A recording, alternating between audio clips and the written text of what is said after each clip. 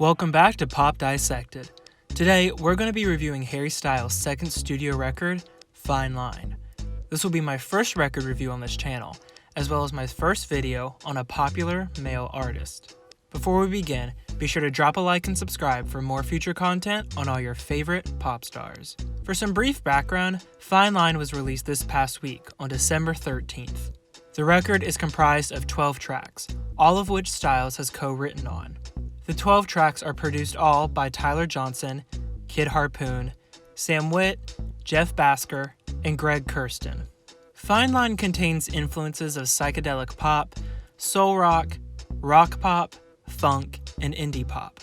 The record was recorded from February to July of this year and was released under Columbia Records.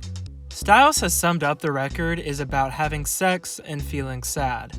In addition, he said he very much used psychedelic drugs in his recording process. This influence can be seen in the trippy-inspired record photo shoot. Styles has also discussed he feels he's in a period in his life where he can live freely and experiment, hence the drugs. For this review, I'm going to be giving my first impressions of all these tracks, then final thoughts on the record as a whole.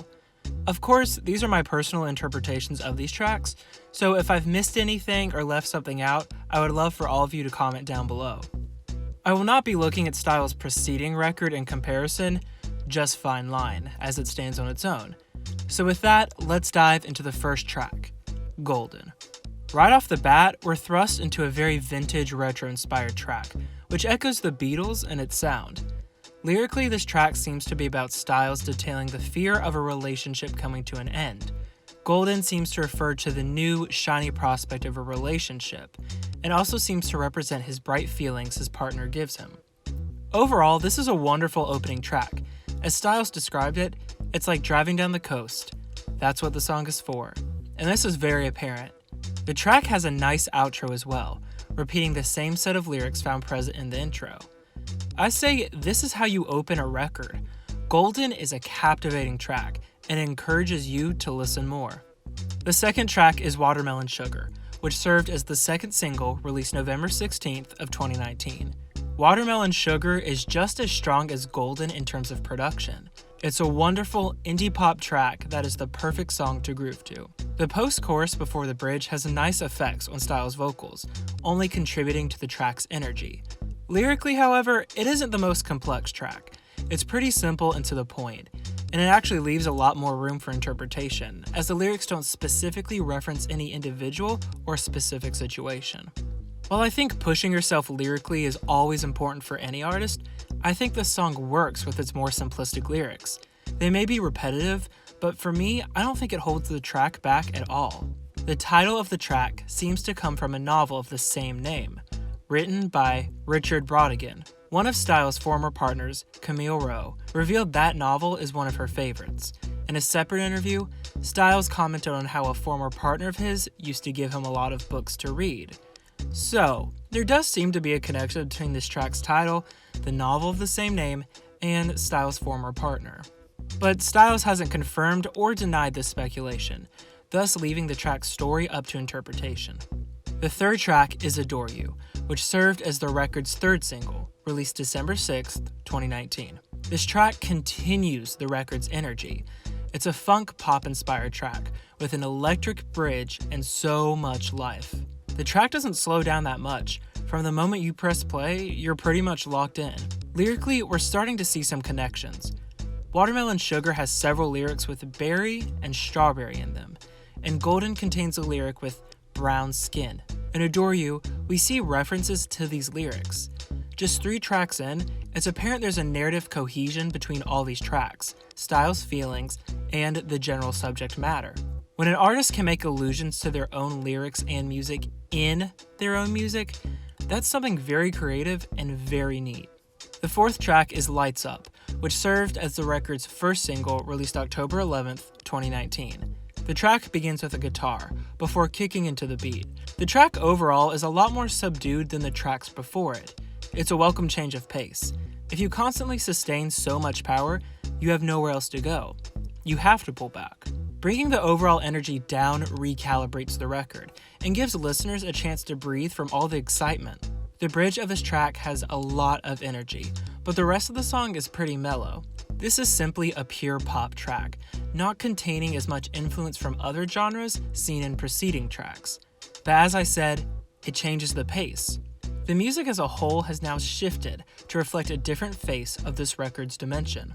Styles has described the track as about liberation, in short, discovering yourself, self-acceptance, and so on. A lot of listeners have made the speculation this song more or less is about Styles accepting his sexuality. If that's the case, I think that's wonderful. I don't personally believe it's anyone else's business to try and uncover that, however. Whoever Harry is and whoever he's attracted to is his own business. Some also noted a lyrical parallel to Taylor Swift's own Daylight, in which she sings "Step into the daylight and let it go." On Lights Up, Styles sings "Step into the light." Taylor's record Lover released August 23rd, and this track on October 11th. Whether that connection is merely coincidental or intentional is for you to decide. However, Styles' record was finished recording in July, a month before the release of Lover. Track 5 is Cherry, which is a slowed down, primarily acoustic breakup track. The track is about one of Styles' former romances, previously alluded to in Watermelon Sugar. The song is very stripped down, with some ethereal production over an acoustic and bass guitar. It's a very somber track, and Styles has spoken out about it, saying he wanted to be as true and authentic to his feelings concerning the breakup as much as possible. The track even features audio of his former partner in the outro, further signifying just how personal and vulnerable this track is. I think seeing an artist so vulnerable is fantastic. When an artist is vulnerable, they provide an outlet of connection to all of those listening. The 6th track is Falling. Once more, the record is slowed down even more. It's a painful, heartbreaking ballad in which Styles details the pain he feels as he witnesses himself becoming a person he doesn't want to be, and it reflects if his former partner will have any care for him at the state he's in. We really start getting to the core of Styles' pain in this track. We can also see the musical journey that's taking place on this record. We start so energetic, and by this point, we've fallen into the true melancholy underlying some of the preceding tracks. The 7th track is To Be So Lonely. It's another stripped-down ballad, but it starts to elevate the musical energy once more. In the track, Styles sings of seemingly not wanting the blame for the end of his relationship, but also details his isolation he feels now that the relationship is over. It's a track riddled with grief, something we all understand. Further, we're still seeing Styles open up so vulnerably about his feelings.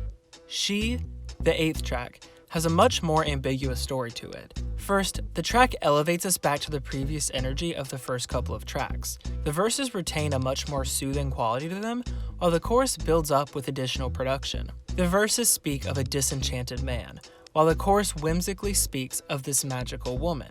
This can be seen as Styles detailing this imaginary, perfect lover for him, but he doesn't know exactly who she is. Some also noted they see it as potentially the he in the song is denying his feminine side, the she. Additionally, the track features a long outro, contributing to the almost whimsical nature of this track. Sunflower Volume 6 is the 9th track, and with it, we've returned back to the funky 70s influences and energy of the first couple of tracks. We're also given some really nice production in the post-chorus. This track contains a lot of unique sounds that exemplify the overall tone, mood, and experimentation of this record. Lyrically, this track opposes the ones preceding it. It seems Styles is now looking back fondly at his ended relationship with a sense of hope.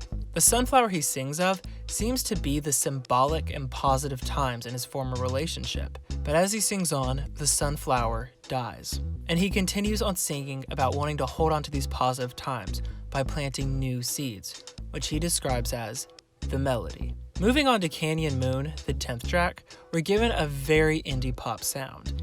It doesn't necessarily stray from what musically has been established in the record, but it's pretty different, I'd say.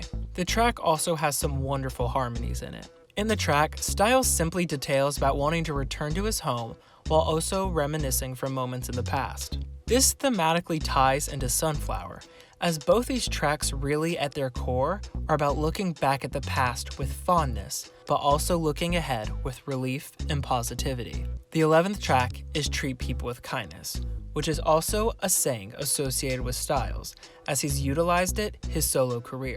This is a very positive, fun, upbeat track. It's an anthem about just being kind and understanding.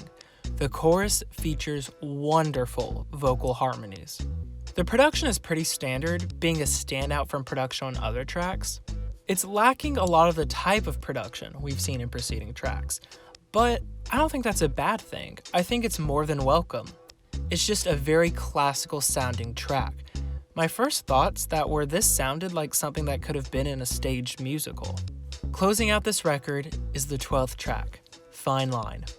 This track brings together everything this record has encompassed: grief, pain, love, and acceptance. In the song itself, Styles sings about the needed balance of a relationship.